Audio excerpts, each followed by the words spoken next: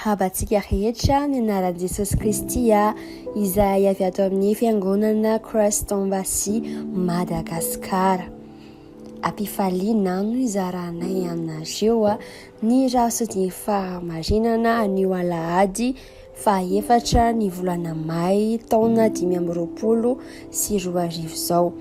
Izay nosoratan'ny lehilahin'Andriamanitra Pasteur Chris Oyakhilome izay ihany koa filoham-panorona ny fiangonana Christ-Embassy maneran-tany.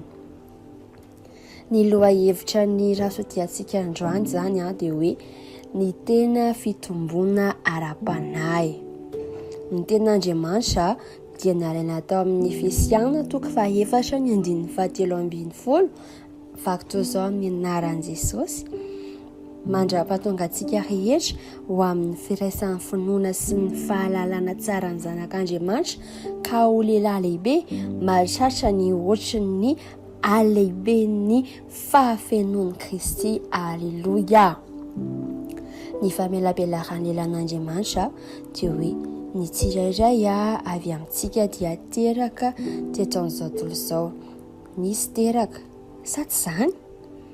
Tonga ohatra ny zazakely ianao fa hatramin'iny na aterahanao dia olombelona feno ianao fa tsy maintsy nitomby ianao mba ho lasa olon-dehibe. Tsy nitomby ianao mba ho tonga olon-dehibe misimisy kokoa anefa fa tonga ny hamatotra. Ary efa ny hamatotra ianao dia nahazo fahendrena, fahiratan-tsaina ary fahaizana manao ny zavatra ataon'ny olombelona tsara kokoa noho ny foniny izy ireo mbola zaza. Mitohy amin'izany koa ny ara-panahy. Rehefa nateraka indray ianao dia niteraka niaraka tamin'ny natioran'Andriamanitra zany ianao. Tsy lasa tahaka an'Andriamanitra kokoa ianao rehefa mandeha fotoana. Teraka araka ny endriny sy mitovy aminy ianao. Teraka hitovy aminy ianao zany. Iezika tahaka azy hatramin'ny fotoana naterahanao ara-panahy. Nateraka tamin'ny tenin'Andriamanitra sy ny fanahin'Andriamanitra ianao io ary manana natiorany hatramin'ny andro voalohany. Tsy maintsy mitombo amin'ny fahamatorana ara-panahy anefa ianao avy eo.